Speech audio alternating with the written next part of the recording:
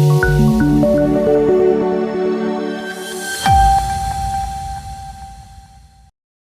દર્શક મિત્રો, સમાચારની વાત કરવામાં આવે તો વડોદરા શહેરના ભાજપ પ્રમુખ વિજય શાહનું વિવાદિત નિવેદન સામે આવ્યું। ભારત લોકશાહી દેશ છે, પણ વડોદરા શહેર ભાજપ પ્રમુખે લોકશાહીમાં ચૂંટાયેલા પ્રતિનિધિઓને કંઈક અલગ જ રીતે કામ કરવાની નીતિ અપનાવવાની સલાહ આપી।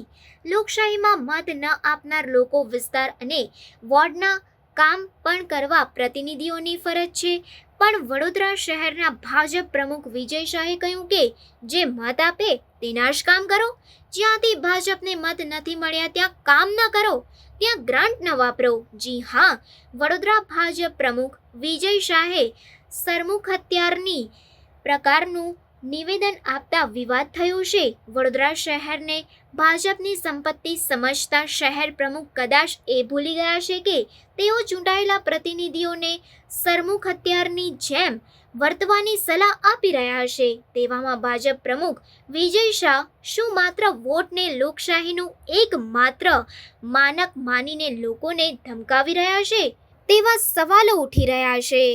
પાર્ટીને મત મળે છે, હું બાવળપુરા વિધાનસભાની વાત કરું અને દરેક વખતે અમુક પ્રકારના બૂથમાંથી ભારતીય જનતા પાર્ટીને મત મળતા નથી અથવા તો બહુ ઓછા મત મળે છે।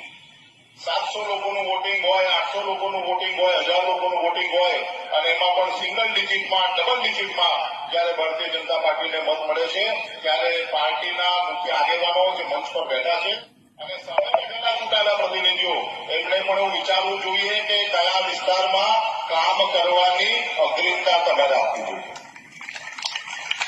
એવા વિસ્તારમાં કામ કરીને આપણા ગોળવારી, આપણા બજેટના પૈસા ન વપરાય કે જે વિસ્તારમાંથી છેલ્લા 5 વર્ષથી, 10 વર્ષથી, 15 વર્ષથી પણ મત મળતા નથી અને જે લોકો ખોબલે ખોબલે મત આપે છે એવા વિસ્તારને આપણે બાજુ પર રાખીએ, એ લોકોને સુવિધા માટેના કામો ન થાય ત્યારે મને લાગે છે કે આપણે પણ હવે વિચાર કરવાનો સમય